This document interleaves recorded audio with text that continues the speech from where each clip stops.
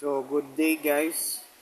Ayan siya guys, yung Orange Pi PC natin na binaklas muna natin sa loob ng bendo box. Ito yung almost 1.5 year na natin na Orange Pi PC. So, medyo, ayan, ginamitan ko ng ano. Kasi, ang problem nito na Orange Pi PC natin is may mga time hindi siya nagpa-power on yung board. Kagaya nito, okay naman siya. So, minsan napahirapan. At pag hindi talaga, so ito guys, i-share ko lang sa inyo para aware kayo kung sakaling wala pa kayong pambili or medyo kapos pa kayo sa budget. So, kung pwede man naman ma-revive yung yung board ninyo. So, tingnan nyo naman kasi medyo may kalumaan na yung board natin pero working pa siya. Then, sayang naman kung kaya pa naman i-revive is ayan. So, for testing pa naman, ginamitan ko lang muna ng mini UPS para ma-demo ko at saka ma-on na, power on natin.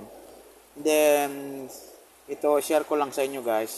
So, hindi naman tayo dito professional sa base sa aking experience. So, then paulit-ulit ko na din tong ginagawa na gumagamit ako ng ng brush, nililinisan ko siya.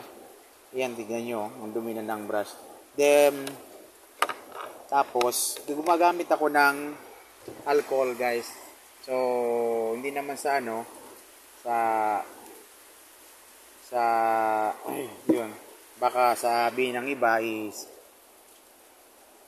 nag-experiment ako. So, parang ganun na din nga, na, yan, nabil lang ako, tapos nilalagyan ko lang to ng konti, pinapatakan ko mga 2 patak. Tapos, kinukuskus ko lang siya guys. Then, pero, nakapatay po yan lahat.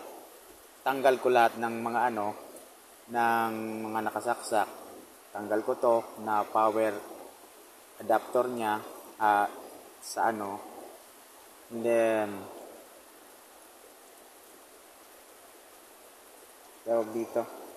Basta nakapatay po yan lahat. Tingnan nyo guys, so ayan.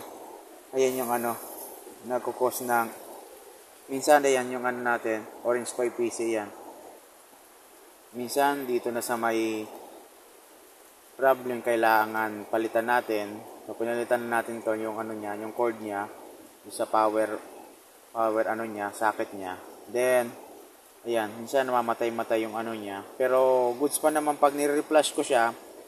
Then, pakalinis ko siya, kinukuskus ko siya ng yung board niya sa side by side para malinisan, matanggal yung mga alikabok. Then, pinapatuyo ko siya, gumagamit ako ng blower. Yung blower guys na ganito. Pakita ko sa inyo ito. Yung hindi naman yung medium heat lang. So, binubuksan ko to.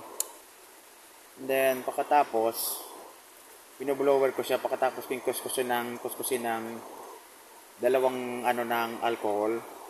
Yung gumagamit ako na yung sa toothbrush na hindi na ginagamit yan.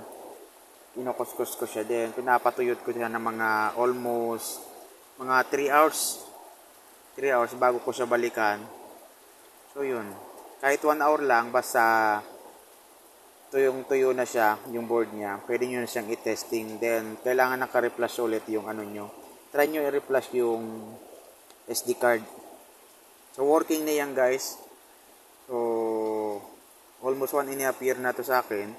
Ito na nga yung lumang ginawa natin na So, binaklas na muna natin. Yan. Nagka-problem ito, sa aking sa aking experience, pawas na maghapon yung brownout, then, yun, nagkandaletse-letse na yung board, tapos hindi na siya nag-obtaining IP address na, at saka, hindi na nagpa-power on yung indicator, yun yung lights niya, kita nyo naman. Ayan, hindi na yan nag-on. Black talaga yan. At saka ito, naka lang yan, minsan naka-steady lang yan. Hindi yan nagbi-blink-blink. So, ganyan lang guys yung pag nyo, yung share ko sa inyo.